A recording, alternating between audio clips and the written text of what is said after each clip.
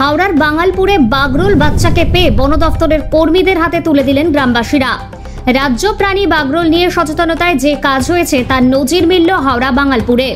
উল্লেখ্য, বাঙালপুরের কালিকাপুরে গত বছরই এক বাগরোলকে নৃশংসভাবে হত্যা করা হয়েছিল, আর তারপরেই ওই এলাকায় সচেতনতা গড়ে তোলার সিদ্ধান্ত নেন পরিবেশ কর্মীরা।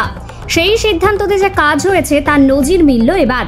জানা গিয়েছে, বাগনান বাঙালপুর গ্রাম পঞ্চায়েতের ওলানপাড়া গ্রামে বৃহস্পতিবার সন্ধ্যার সময় একটি বাগরোল ছানা তার মায়ের সাথে যাবার সময় পাঁচিল থেকে পড়ে গিয়ে মায়ের থেকে আলাদা হয়ে যায়। কিছু কুকুর তাড়া করায় ছানাটি লোকালয়ে চলে আসে। স্থানীয় যুবক শেখ শফিকুল ছানাটি তুলে এনে বাপন কোলেকে দেয়। বাপন কোলে বাগরোলটি উদ্ধারের জন্য উদ্যোগ নেন। যেখানে বাগরোল ছানাটি পাওয়া গিয়েছিল সেই স্থানে একটি খাঁচায় বাগরোল শাবকটি রাখা হয় মা বাগরোলের জন্য, কিন্তু দীর্ঘক্ষণ কেটে গেলেও মা বাগরোল আসেনি। ফাঁকা জায়গায় ছানাটিকে ছেড়ে দিলে অন্য শিকারী প্রাণী মেরে দিতে পারে, তাই বাগরোল শাবকটি উদ্ধার করে তারা নিয়ে আসেন। ছানাটি দীর্ঘক্ষণ কিছু খাবার খায়নি, তাই তাকে দুধ খাওয়ানো হয়। সুমন্ত এবং ইমন পরে বন বিভাগ উদ্ধার করে বাগরোল শাবকটি গড়চমক মিনি জুতে নিয়ে যায়। বন্যপ্রাণ সংরক্ষণকারী চিত্রক প্রামাণিক বলেন, এই বাঙালপুর গ্রাম পঞ্চায়েতের ওলানপাড়া গ্রামের কাছে কালিকাপুর গ্রামে গত 3 বছর আগে 3টি বাগরোলকে নৃশংসভাবে হত্যা করা হয়েছিল, কিন্তু সাধারণ মানুষকে আমরা রাজ্য প্রাণী বাগরোল সংরক্ষণের গুরুত্ব বোঝাতে পেরেছি, তাই ওলানপাড়া গ্রামের মানুষ এই শাবকটিকে রক্ষা করতে পেরেছে। এই বছরে জানুয়ারি মাসে আমরা মায়ের থেকে আলাদা হয়ে যাওয়া 2টি শাবক বাগরোলকে 6 ঘন্টার চেষ্টায় পুনরায় মায়ের কাছে ফিরিয়ে দিয়েছিলাম, কিন্তু এক্ষেত্রে চেষ্টা করা সত্ত্বেও মা বাগরোল সারা রাত আসেনি।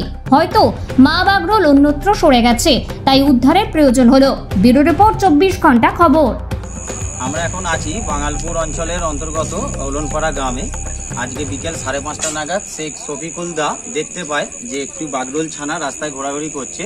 তো উনি একটি নিরাপদ স্থানে গিয়ে রাখে এবং যোগাযোগ করে আমাদের বিশিষ্ট সমাজসেবী বাপন কোলেদার সাথে, এবং বাপন কোলেদা যোগাযোগ করে চিত্রক প্রামাণিকের সাথে। চিত্রক প্রামাণিক মারফত খবর পেয়ে আমি, ইমন কল্যাণ ধারা ও বিট্টু আসি। এসে দেখছি যে একটি বিশিষ্ট রাজ্য প্রাণী, আমাদের পশ্চিমবঙ্গের রাজ্য প্রাণী ফিশিং ক্যাট বা মেছো বিড়াল বা বাগরোল, এবং ও যেহেতু একদম ছোট্ট, এখন ও তো মায়ের দুধ খাচ্ছে, ও যেহেতু এখন একদমই ছোট্ট, ওকে তো আমাদের উচিত যে ওর মায়ের কাছেই ফিরিয়ে দেওয়া। এবং বন দপ্তরের কাছেও আমরা পারমিশন নিয়েছি, এবং গ্রামের যে সমস্ত মানুষ উপস্থিত থাকাতে তো আমরা তাকে তার মায়ের কাছেই ফিরিয়ে দেওয়ার চেষ্টা করছি।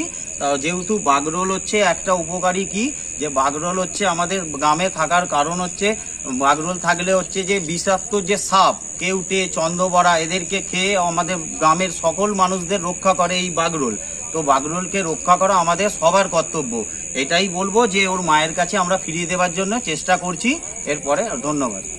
বাঙালপুর অঞ্চলের ওলনপাড়া থেকে যে আমাদের পশ্চিমবঙ্গের রাজ্য প্রাণী বাগরোল বা মেছো বিড়ালের যে বাচ্চাটি আমরা পেয়েছিলাম, ও যেহেতু ওর পেছনের পাটি খুবই ইনজুরি, তো ও চলাফেরা করতেও খুব অসুবিধা হচ্ছে, তাই আজকে আমাদের বন দপ্তরের স্টাফরা এসেছে, ওনাদের হাতে আমরা বাগরোলের বাচ্চাটিকে তুলে দিচ্ছি।